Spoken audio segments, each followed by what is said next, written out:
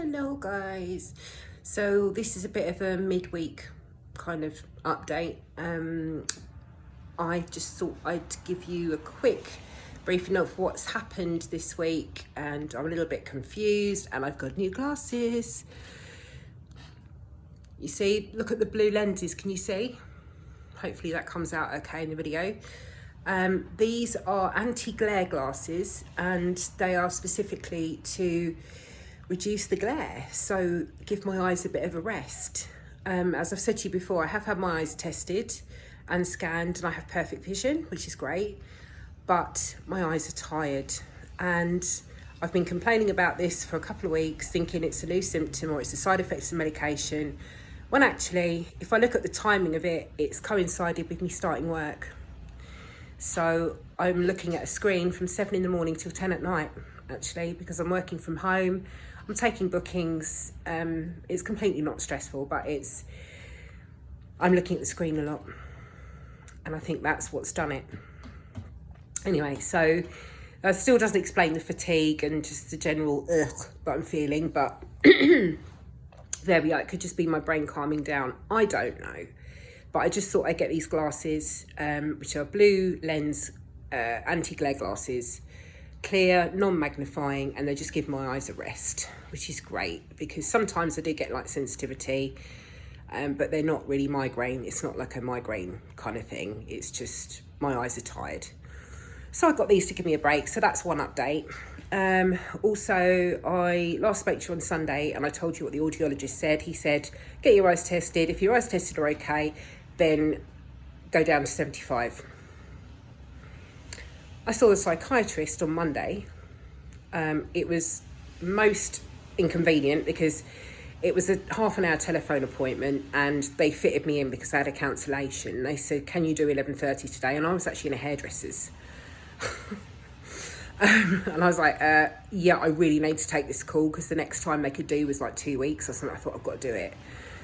So I said to my friend, fortunately my friend's a hairdresser and he was doing my hair, and I said, look, can I just use the beauty room quickly and just go in there if there's no one in there? He said, yeah, that's fine.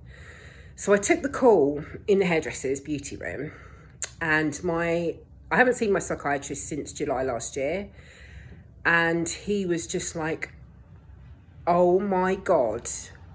And he was just genuinely so happy, and he applauded me and he said, you are doing amazing.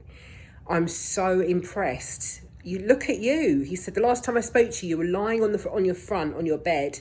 Your legs were kicking everywhere because you were so agitated. Look at you, you're in a hairdresser's. I said, yeah, I was getting my hair done. I said, this was difficult. I said, it's difficult to sit in a hairdresser's chair, without, keeping still. It's really hard. And especially where you put your neck in the basin, those horrible porcelain basins that are really uncomfortable and you've got to stick your neck back. And my friend was just sort of leaving the colour on my hair for ages. And I was just like, oh God. But he said, you're doing it. He said, and this surgery, he said, so what, why are you seeing me? He said, it looks like you're better. I said, oh, for God's sake, no, I'm not better. I said, I explained the tinnitus is gone, which is fantastic, but I'm getting really heavy visual symptoms. I did say to him I've started work. Again, he was like, this is amazing. I can't believe the progress. And I said, well, yeah, whatever. But, I'm worried that this is, side effects. Look at my cat. That's Teddy, by the way. He said, I'm worried this is side effects of the medication. Sorry, I said that. And he said, well, you've been on it since May. I think it's unlikely. And you upped your dose 14 weeks ago.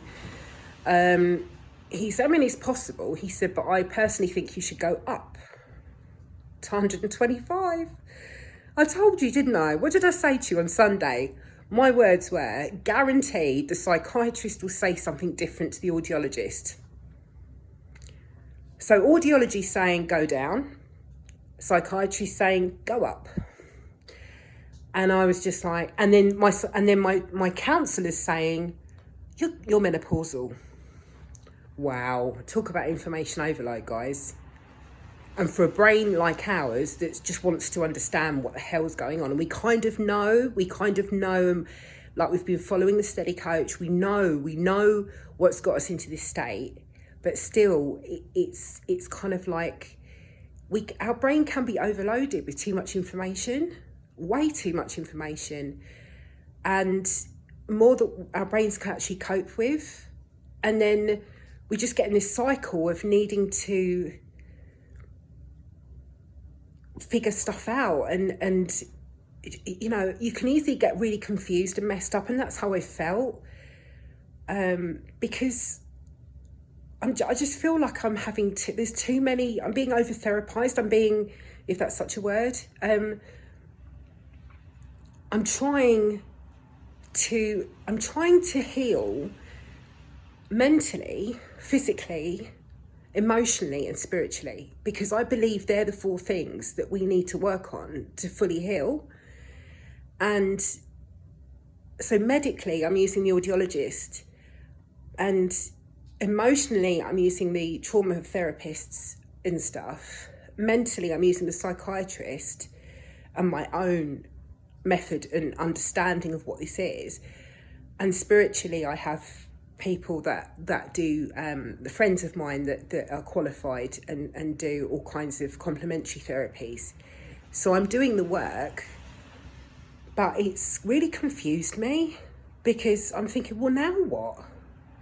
You know, I'm just feeling this fatigue and just general like meh. At 100 after 14 weeks, well, I thought I'd start to feel like a little bit more spring in my step. I don't know. And I didn't think that I'd feel this fatigued. And yeah, I wouldn't have thought I'd still need diazepam, but I do. So obviously it's not strong enough, but the psychiatrist said that this is definitely the medication for me, because he can see the difference in me. And he said, when you're in the state you're in, it's hard for you to see the progresses you've made. You rely on other people to tell you. He said, but I'm telling you now, you're making amazing progress and you should be so proud of yourself. And I said, oh, thank you, that's really nice of you. I said, but I really do need an idea of what to do with these meds, because I'm confused. The audiologist says to go down. So yeah, he said, go up. He said, look, just go up to 125. Don't go up to 150, at 125. And then if you start to feel worse, just come back down to 100. At least then you know where your baseline is. So yeah, I'm a little bit confused. So I spoke to my friend, my best friend. She had ME and chronic fatigue a few years ago. She's fine now. Took her about 3 years to come out of it. But she said to me, look, no one's saying that you need to make a decision right now. Just hold off, just see how you go. So we're going to have a girly weekend together this weekend. She's coming with me to my holiday home. We're going to book ourselves a couple of treatments, a couple of massages. Just going to have some shopping, do some shopping and just chill out with each other really, and just try and relax as best I can and just have a laugh. And I think laughter's the best medicine. Just being with people that you love and and just doing things you enjoy. So I'm going to do that and see how I feel. And if I still feel this way, then maybe I should go up. I mean, I can recognise that I have had some really breakthrough days. But personally, my gut tells me it's probably not strong enough. And I did say to your audiologist, I have been on 75 before and it really wasn't cutting it. It really wasn't enough. So yeah, and I'm reluctant to speak to my GP because frankly, they don't really know what's going on. I just use them as people to refer me or just write a prescription. I just don't get anything from them. They have no clue. They just sort of look through me. They don't know what I'm talking about. Whereas the psychiatrist, he understands not chronic dizziness, but he understands chronic symptoms. And he works for the Priory in North London, which is a very famous mental hospital in this country, in the UK. So I'm getting the best care. And he sees these disorders as medically unexplained symptoms. That's the umbrella term they use for chronic fatigue, fibromyalgia, whatever, blah, blah, blah. So, yeah, it's his opinion that I should go up. But I am going to give it a little while. I'm just going to see how I go. He reckons that these symptoms of fatigue and everything, I should just keep soldiering on and that they'll pass. So that's what I'm going to do. That's the plan for the moment. But I'm going to update you again on Sunday when I'm on my way home with my friend, and see what this weekend is like. And I'm going to try and make a decision after the weekend, after a chat with her. And with my other friend Kate, she's a mental health nurse, and she started getting into nursing after she had ME as well. She was actually in a wheelchair aged 23, and that was from trauma. She lost like 4 of her friends, of her best friends, some to suicide and some to accidents, all at a very young age within a short space of time. And she ended up in a wheelchair. Her body literally shut down. So she's been there herself. So she's a good person to talk to as well about meds, because she obviously, prescribes them. She's, so she's a senior mental health practitioner in the NHS. So I'm going to speak to her as well and then make a decision. Anyway, I'll update you again on Sunday. I just thought I'd update you now and tell you what the week's at. Let me know what your opinion is. I'd like to know what your opinion is on this one. What would you do? Hit me up in the comments, and I'll see you Sunday.